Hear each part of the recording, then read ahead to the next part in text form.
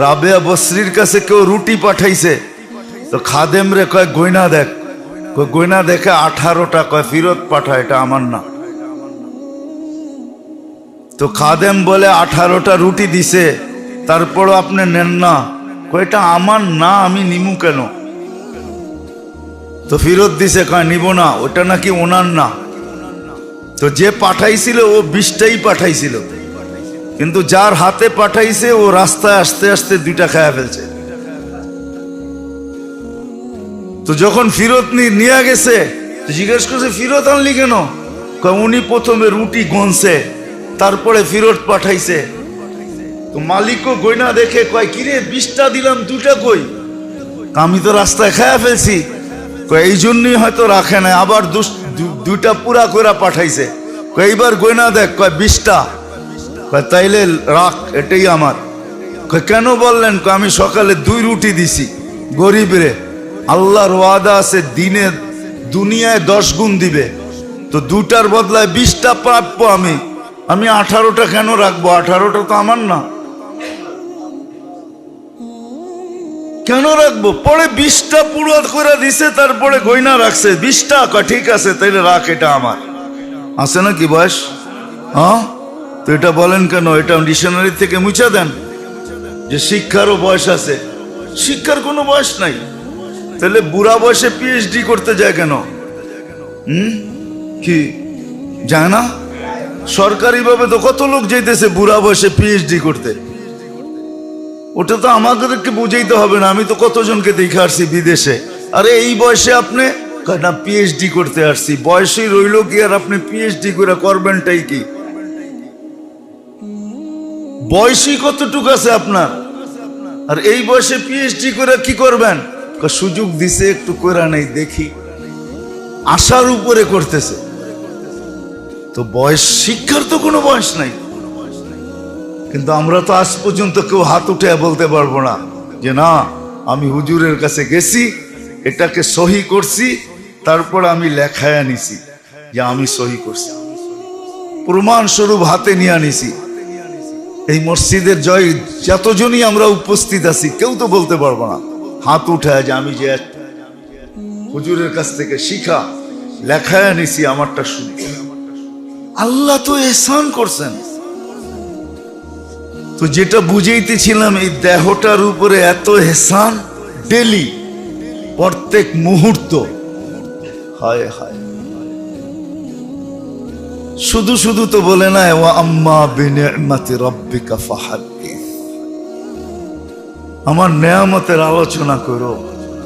শুধু শুধু তো কোরআন বলে নাই ইন্না ফি ইখতিলাফিল লাইলি ওয়ান নাহারি লাআয়াতিল লিউলিল আলবাব الذين يذكرون الله قياما وقعودا وعلى جنوبهم ويتفكرون في خلق السماوات والأرض ربنا ما خلقت هذا باطلا سبحانك فقنا عذاب النار।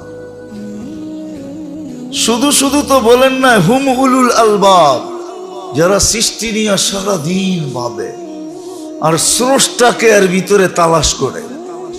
সৃষ্টির ভাবনা স্রষ্টাকে তালাশ করার জন্য, যে আমাকে যিনি বানাইছে উনি কিরকম,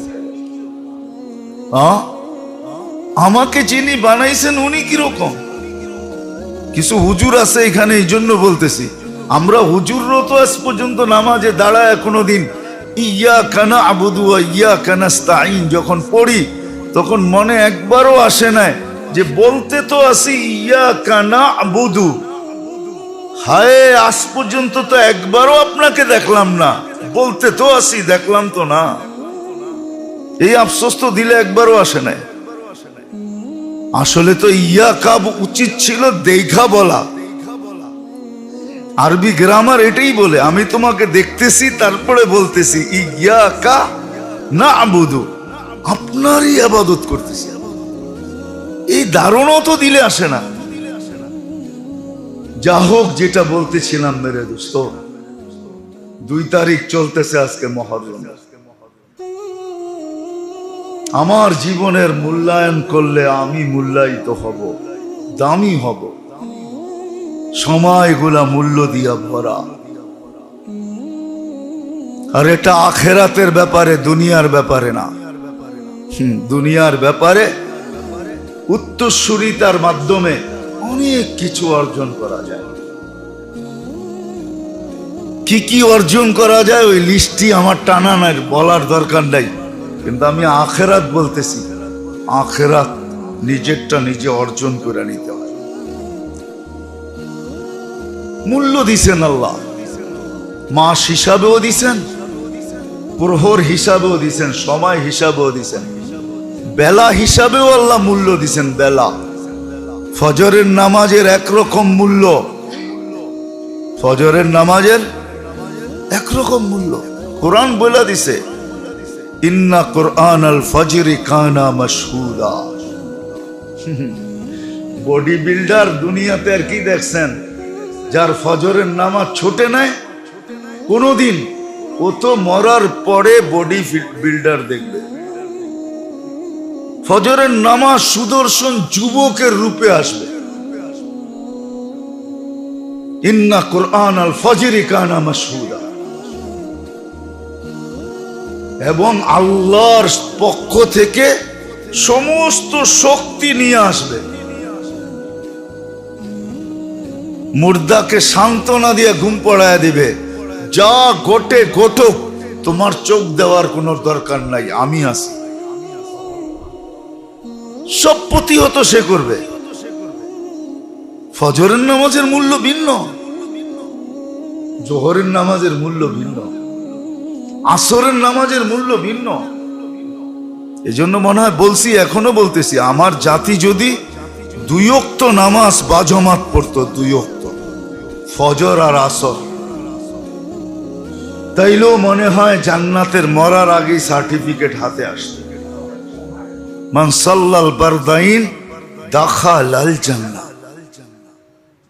2 ওয়াক্ত, কেননা ফেরেশতাদের শিফট পরিবর্তন হয় 2 বেলা, ফজর আর আসর, আসর টু ফজর, ফজর টু আসর, শিফট পরিবর্তন হয়। হাদিসে আছে, আকাশে যখন যায় আল্লাহ জানা সত্ত্বেও জিজ্ঞাসা করে, কাইফা তারাকতুম ইবাদি, কোন অবস্থায় রেখে আসছ? তো জবাব দেয়, আতাইতুহুম ইউসাল্লুন, যখন রেখে আসছি তখন দেখছি নামাজ পড়ে। আবার জিজ্ঞাসা করবে, কাইফা ওয়াজাদতুম ইবাদি, আমার বান্দাদেরকে কি মূল্য? এক একটা নামাজের এক এক মূল্য, এক একটা নামাজের এক এক মূল্য। এই জন্য তো আমি বলি যে 4টা নামাজ যুক্তিতে আসে, 5মটা যুক্তিতে আসে না। এশা, কিন্তু ওটাও যুক্তিতে আসে যে এশা কেন? আল্লাহ বলে ঘুমায় তো যাবি একটু পরে, সেই সকালে উঠবি, উঠলে আবার তোর সাথে কথা হবে, চল না দুইজনে একটু কথা কয়া ঘুমাই না। এশা এই জন্যই হাদিসে রাখছে, এশারের পরে একান্ত প্রয়োজনীয় কথা ব্যতীত, দর্শ তাদরিস ব্যতীত, ওয়াজ নসিহত ব্যতীত দুনিয়াবি কোনো কথাবার্তা কাজকাম মুসলমানের জন্য শোভনীয় না। এশা পড়ছো, কোনো কাজকাম নাই, ঘুমায় যাও। যেন মারা গেলে এই কথা বলতে পারে। আমরা মাঝে মাঝে বলি না, খবর শুনলে মৃত্যুর, আরে মাত্র না আমার লগে কথা হয়ে গেল। আল্লাহ যেন মারা যাওয়ার পরে এই কথা প্রমাণিত হয়, মাত্র না আমরা 2জন কথা বললাম, উঠায় নিয়ে আসছো। সর্বশেষ আল্লাহর সাথে কথা যাতে প্রমাণিত হয় যে আল্লাহর সাথে কথা বইলা মারা গেছে, এই জন্য এশারের নামাজ। আল্লাহ মূল্যায়ন দিছেন, কিন্তু আফসোস না আমি বুঝাইতে পারলাম না, বুঝতে পারলাম। বুঝাইতে পারলে হয়তো জাতি তৈরি হইতো, কিছু লোক তৈরি হইতো, আর বুঝতে পারলে হয়তো আমিও তৈরি হইতাম। ওই আমিনুল ইসলাম সাহেবের মতোই বলতে হবে। লালবাগের যে খতিব ছিল রহমতুল্লাহ আলাইহি, कि ये समझने की बात है, समझाने की बात नहीं है। আর আমি তো এটা বলবো না, मैं समझा ना समझा শেখা, আমিও বুঝি না, কাউকে বুঝাইতেও পারতেছি না। কিন্তু সময়ের দাম। মুহররম চলে আসছে, আজকে 2 তারিখ। এই মাসও করণীয় আছে, করণীয় আছে। যদি আমি করণীয় করতে পারি, বর্জনীয় আছে ছাড়তে পারি। বড় দামি মাস, 4 মাসের শেষ মাস এটা। আরবাতুম মিনহা হুরুম, 4 মাসকে যে আল্লাহ হারাম করছেন। আমি আগেও বলছিলাম, এখনো বলি,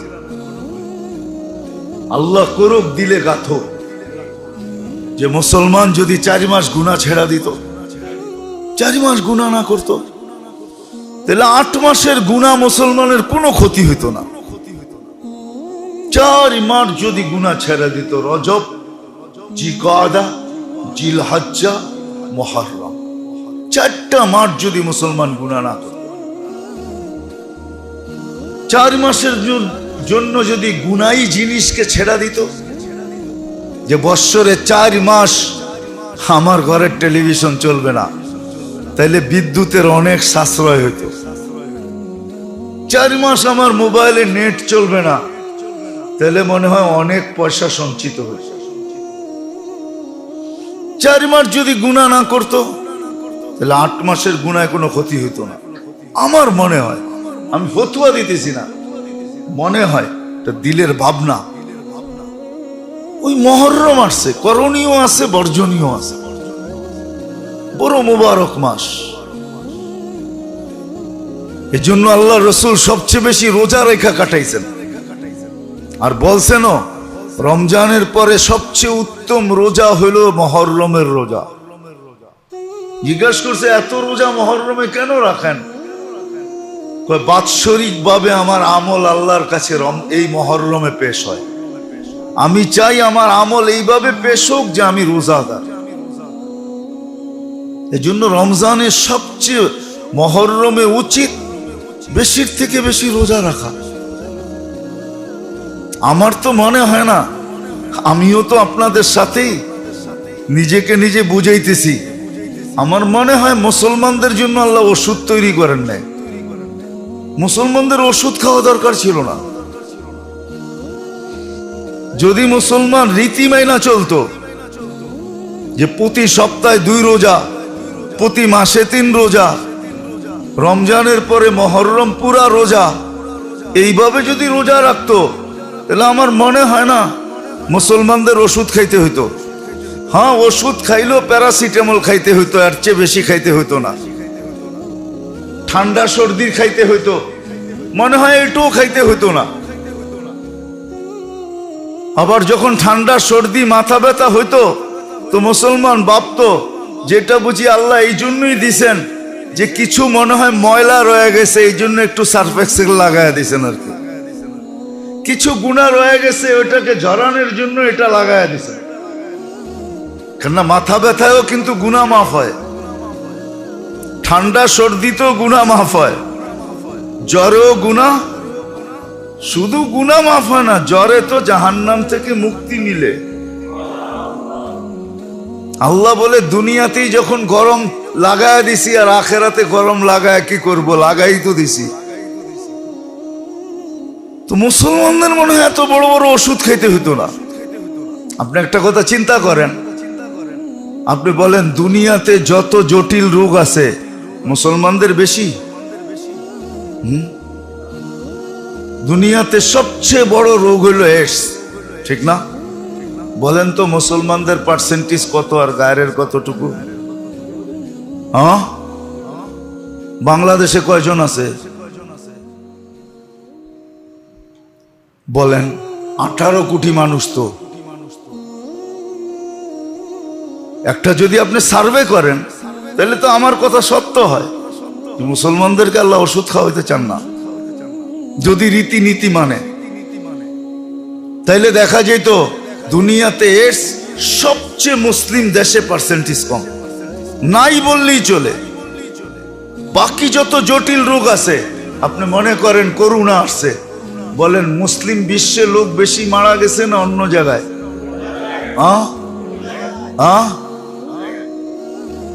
সত্য তো? কি কয়? কেন?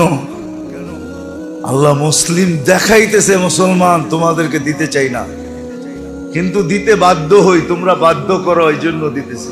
নাহলে মুসলমানের হবে হার্টের রোগ, জটিল রোগ। আমার তো বুঝে আসে না কি করে হয়। বলে তাইলে আপনার হলো কি কইরা, অমুকের হলো কি কইরা, মানি না এই জন্য হইতেছে। মানলে ঠিকই হইতো না, মানলে ঠিকই হইতো না, মানলে ঠিকই হইতো না। আমি মনে একবার আপনাদেরকে বলছিলাম, আমার কাছে পুরো ক্লিপ আছে। আমেরিকার ডাক্তার, মুসলমান না, নন মুসলিম, তো আমাকে বলছে মুসলমানের হার্টের রোগ কি করে হয় আমি এটা বুঝি না। বলছে কেন? মুসলমান যদি আল্লাহ যেইভাবে বলার দরকার ওইভাবে যদি উচ্চারণ করে তাহলে ওর হার্টের রোগ হইতে পারে না। কেননা আল্লাহ শব্দটা লেখাই হয়েছে হার্টের মতো করে, একটু ব্যাখ্যা করে দেন। হার্টের মতো করে লেখা হয়েছে। আল্লাহ যখন বলে তো হার্টে যায় ধাক্কা লাগে। আল্লাহ, আপনি দেখবেন আল্লাহ বইলা দেখেন হার্টে ধাক্কা লাগে যায়, আর কোথাও ধাক্কা লাগবে না। আল্লাহ বলতে গেলে বাম দিকে যায় ধাক্কা লাগে। আমার কাছে পুরো ক্লিপ আছে ওর। আপনি আমার খালি হুজুর মনে করেন না, আমি খাজুরও, কিন্তু পুরা ওর পুরা ক্লিপ আমি শুনছি। তো বলছে আমার বুঝে আসে না, মুসলমান যদি আল্লাহকে আল্লাহ বলে ঢাকার মতো ডাকে তোর হার্টে কোনো প্রবলেম হইতে পারে না। তো যেটা বুঝাইতেছিলাম কথা অনেক দূর চলে গেছে। আমার জীবনকে আমার মূল্যায়ন করতে হবে। ভিন্ন না হইতো তাহলে কোরআন কেন বলতো ফাতাহাজ্জাদ বিহি নাফিলাতাল লাক আসা আইয়াবআসাকা রাব্বুকা মাকামান মাহমুদা মান তালাল উলা সাহিরাল লায়ালি। তাহলে কবি কোনোদিন এই কথা বলতো না। রাতের মূল্য ভিন্ন, দিনের ইবাদতের মূল্য ভিন্ন, রাতের ইবাদতের মূল্য বহুত ভিন্ন।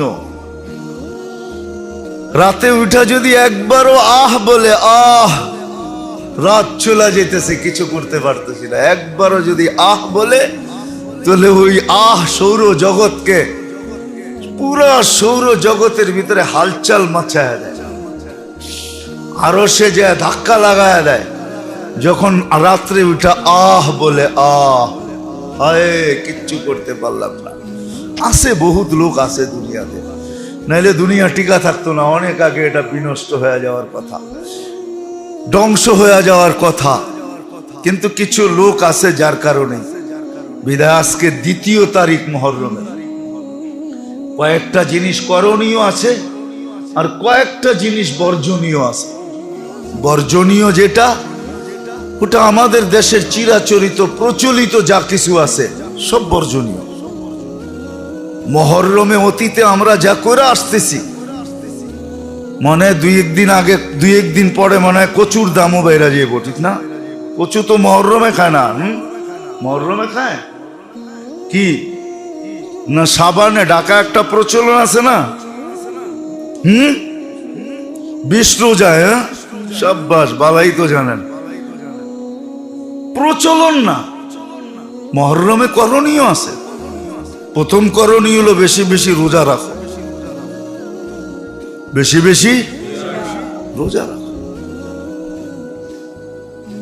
দ্বিতীয় করণীয় হলো আল্লাহ রসুল বলছেন মুহররমের ভিতরে এক জাতির তওবা আল্লাহ কবুল করছেন, হাদিসে আছে। দ্বিতীয় করণীয় হলো মুহররম মাসে বেশি বেশি ইস্তেগফার করো, তওবা করো, বেশি বেশি তওবা করো, বেশি বেশি তওবা করো। মুহররম মাসে যত বেশি তওবা করা যায়। আরে মেরে দোস্ত, সারা বৎসরেরটা তো রমজানে দেখাইছিলাম যে সারা বৎসরের ওজিফা রমজানে পুরা কইরা রাখা যায়। জাকাত অ্যাডভান্স দেওয়া যায় না? না যায় না? যায়? যায় না বলতেছেন না? না যায় না? কি জাকাত অ্যাডভান্স দেওয়া যায়? হুজুররা কি কয় জাকাত অ্যাডভান্স দেওয়া যায়? দেওয়া যায়। তাহলে আপনি সারা বৎসরের তসবিহ তো রমজানে পুরা করে রাখতে পারেন। কেননা রমজানে 1 তসবিহ 1000 তসবির সমান।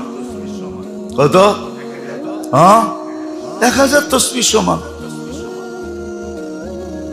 যত তসবিহাত আছে রমজানে লিস্টি করেন, আর 365 দিনে প্রতিদিন 1000 করে পড়বেন। একবার পড়লেই তো 1000, ঠিক না? হ্যাঁ, রমজানে পুরা করে রাখা যায়।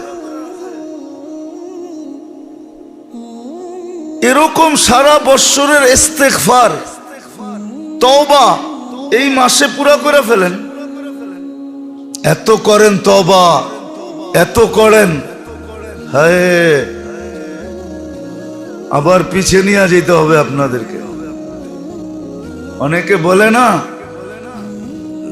আল্লাহ এত দিছে 14 পুরুষ খাইলেও শেষ হবে না, বলে না? বলে না? আপনিও তো বলেন, কারো কারো দিকে আঙ্গুল উঠায় বলেন না, এত কামাইছে 14 পুরুষ খাইলেও শেষ করা যাবে না।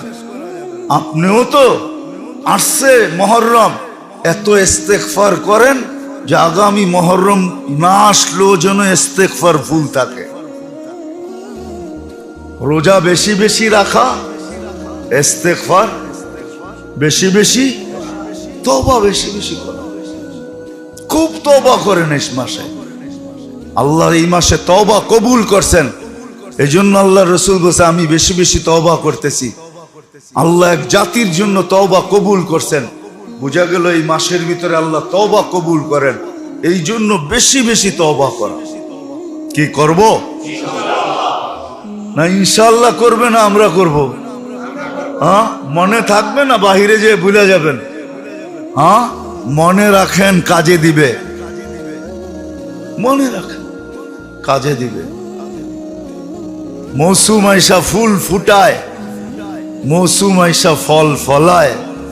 আরে আপনিও আমিও চলেন আমল দিয়া নিজেকে ফুটাই, নিজেকে ফুটাই আমল দিয়া। এই জন্য ইস্তেগফার বেশি বেশি করা এই মাসের ভিতরে। তৃতীয় হইল পিছনের 1 মাসের 1 বৎসরের গুনাহ মাফ হবে।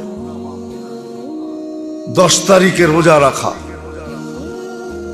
আশুরার দিন রোজা রাখা, কিন্তু এটার ভিতরে শর্ত আছে। হয়তো 10-এর সাথে 11 মিলাইতে হবে, অথবা 9-10-এর সাথে 9 মিলাইতে হবে। 9 তারিখে রাখেন আর 10 তারিখে রাখেন, অথবা 10 তারিখে রাখেন 11 তারিখে রাখেন। কিন্তু সবচেয়ে উত্তম হয় 9-10 রাখলে। 9-10 সবচেয়ে উত্তম। এটা করেন, পিছনের 1 বৎসরের গুনাহ মাফ। কত বড় সুযোগ। আরেকটা কাজ আছে, আরেকটা কাজ আছে। 10 তারিখের দিন, মহরমের দিন, সাধ্য অনুযায়ী আহলো ইয়ালের উপরে মন খুলা খরচ করেন। আহলো ইয়ালের উপরে মন খুলা, সাধ্য অনুযায়ী, ইসরাফ না, খরচ করেন, দান খয়রাত করেন। 1 বৎসরের বরকত মিলবে। কয় বৎসরের? 1 বৎসরের বরকত মিলবে। আমরা তো করতে পারি না, দেখা নিতে পারি না। রাবেয়া বসরির কাছে কেউ রুটি পাঠাইছে, তো খাদেম রে কয় গয়না দেখ। গয়না দেখে 18টা, কয় ফিরত পাঠা, এটা আমার না। তো খাদেম বলে 18টা রুটি দিছে, তারপরও আপনি নেন না। কয় এটা আমার না, আমি নিমু কেন? তো ফিরত দিছে, কয় নিব না, ওটা নাকি ওনার না। তো যে পাঠাইছিল ও 20টাই পাঠাইছিল, কিন্তু যার হাতে পাঠাইছে ও রাস্তায় আসতে আসতে 2টা খায়া ফেলছে। তো যখন ফিরত নিয়ে গেছে, জিজ্ঞেস করছে ফিরত আনলি কেন? উনি প্রথমে রুটি গনছে, তারপরে ফিরত পাঠাইছে। তো মালিকও গয়না দেখে কয় কিরে 20টা দিলাম, 2টা কই? আমি তো রাস্তায় খায়া ফেলছি। এই জন্যই হয়তো রাখে না, আবার 2টা পুরা করে পাঠাইছে। এইবার গয়না দেখ, কয় 20টা। তাইলে রাখ, এটাই আমার। কেন বললেন? আমি সকালে 2 রুটি দিছি গরিব রে। আল্লাহর ওয়াদা আছে দিনে দুনিয়ায় 10 গুণ দিবে, তো 2টার বদলায় 20টা প্রাপ্য আমি। আমি 18টা কেন রাখবো? 18টা তো আমার না, কেন রাখবো? পরে 20টা পুরো করে দিছে, তারপরে গয়না রাখছে 20টা। ঠিক আছে, তাইলে রাখ, এটা আমার। দান সদকা খয়রাত করি, আজকে করার মতো করতে পারতেছি না, এই জন্য আমরাও গয়না নিতে পারতেছি না। সবারই অভিযোগ, নামাজ তো পড়া দেখলাম, দোয়া তো কইরা দেখলাম, কত হুজুরে দিয়ে দোয়া করাইলাম, কোনো কাম তো হইল না, ঠিক না? এই অভিযোগই তো করি, ঠিক না? আরে মেরে দোস্ত, খালি বন্দুক চালাইতে জানলেই নিশানা লাগে না, চালাইতেও জানতে হয়, আবার এমও ঠিক করতে হয়। এম চিনেন? নিশানাবাজিও করতে হয়, নিশানাও আগের থেকে ঠিক করতে হয়, তারপরে মারলে লাগবে। আর নাইলে ওই পাথরের মতোই মারতে হবে। পাথর যেরকম ছুরা মারে, গুলিও হাত দিয়ে লইয়া ছুরা মারতে হবে, লাগবে, কোনো কামে দিবে না। আমাদের দশা এরকমই হয়েছে। এই জন্য মেরে দোস্ত, করার মতো করে দেখতে পারতেছি না। আসেন, মুহররম মাস 2 তারিখ হয়ে গেছে আজকে। কমসে কম বেশিরভাগ সময়টা রোজায় কাটাই, ইস্তেগফার খুব বেশি বেশি পড়ি, 9-10 রোজা রাখার ইচ্ছা পোষণ করি, এখন থেকে প্রতিজ্ঞা করি, ওই দিন সাধ্য অনুযায়ী, ইসরাফ না। হ্যাঁ, দান সদকা খয়রাতের ভিতরে করতে পারেন, হাত খুইলা দান খয়রাত সদকা করেন, পরিবার পরিজনের উপরে খরচা করেন সাধ্য অনুযায়ী। আল্লাহ 1 বছরের বরকত দেওয়ার ওয়াদা আছে। আল্লাহ করুক, আমাদের সবার বুঝে আসুক, আর নিজের সময়টা নিজে মূল্যায়ন করি, আর নিজেও আল্লাহর কাছে মূল্যবান হই। আল্লাহ আমাদের সবাইকে আমল করার তৌফিক দান করেন। ওমা আলাইনা ইল্লাল বালাগ।